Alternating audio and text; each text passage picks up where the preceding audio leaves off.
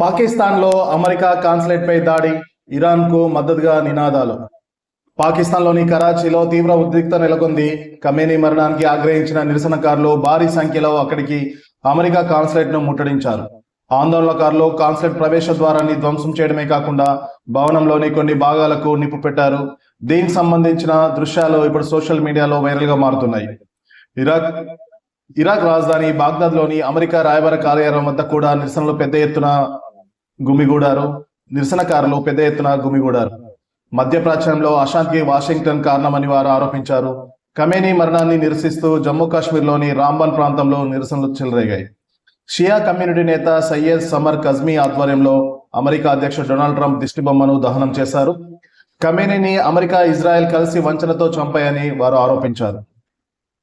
పాలస్తీనాలో జరుగుతున్న మారణ హోమానికి వ్యతిరేకంగా గలమెత్తినందుకే ఆయనను టార్గెట్ చేశారని కశ్మీర్ నేతలు పేర్కొన్నారు. అయితే ఇరాన్ సుప్రీం లీడర్ ఖమేనీ మృతితో ఇరాన్లో 40 రోజుల పాటు సంతాప దినాలను పాటించాల్సిందని ఇరాన్ దేశం వెల్లడించింది. ఖమేనీ మరణాన్ని అధికారికంగా ధృవీకరించిన ఇరాన్ ప్రభుత్వం దేశవ్యాప్తంగా 40 రోజుల పాటు సంతాప దినాలను ప్రకటించింది.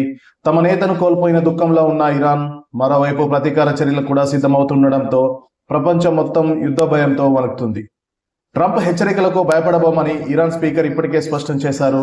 అటు పాకిస్తాన్లో అమెరికా రాయబార కార్యాలయంపై కూడా దాడి జరగడం చూస్తుంటే ఈ గొడవ కేవలం ఇరాన్, అమెరికా మధ్య మాత్రమే కాకుండా ప్రపంచవ్యాప్త ముస్లిం వర్సెస్ అమెరికాగా మారుతున్నట్లు స్పష్టంగా కనబడుతుంది.